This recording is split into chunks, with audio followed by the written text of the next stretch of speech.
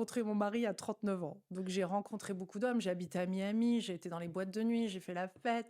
J'étais dans des relations plus ou moins courtes, quelques-unes longues, mais je me disais, mais qu'est-ce qui décolle chez moi? Pourquoi toutes mes copines sont à un moment mariées et moi, je rencontre personne? Peut-être parce que je suis trop grande, je fais un 83. Je me disais, alors voilà, maintenant il me faut un homme grand. Ensuite, quand je suis devenue spirituelle et ouverte sur tout le développement personnel, bah maintenant il me faut un autre critère, c'est qu'il me faut un homme qui est ouvert là-dessus.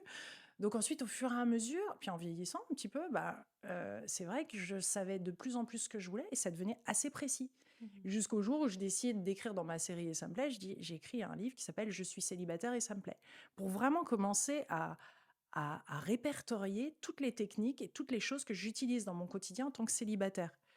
La visualisation, de ces affirmations, de tout le travail transgénérationnel aussi, de libération des mémoires, tout ce que je faisais pour pouvoir être de plus en plus sereine et surtout rencontrer The One, le grand amour. Et le jour où le livre est sorti, à 2 jours près, c'est là où je rencontre Michael.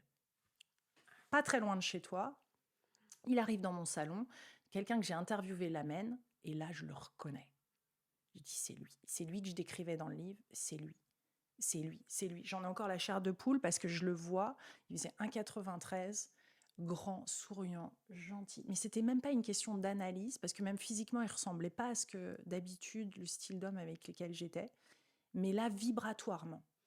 Tout ça, c'est une question de fréquence et de vibration. Une fois qu'on comprend ça, c'est comme l'histoire avec Oprah, tu vois, c'était une fréquence. C'est un appel, si tu veux, c'est une fréquence qui match. Je l'avais tellement appelé et je le décrivais dans mon livre que je lui ai mis immédiatement presque le bouquin entre les mains et je lui ai dit, écoute, si tu es OK avec toutes les révélations que je fais dans ce livre-là, sur ma sexualité, sur l'œuf de Yoni, sur l'éjaculation féminine, sur tout ce dont je parle, si tu es OK avec tout ça et tout ce que je livre dans mes vidéos et tout, et ma vie, parce que je voulais pas retomber sur quelqu'un qui n'acceptait pas cette partie-là de moi, je lui dis, écoute, je crois qu'on a vraiment un truc parce que là, je te reconnais.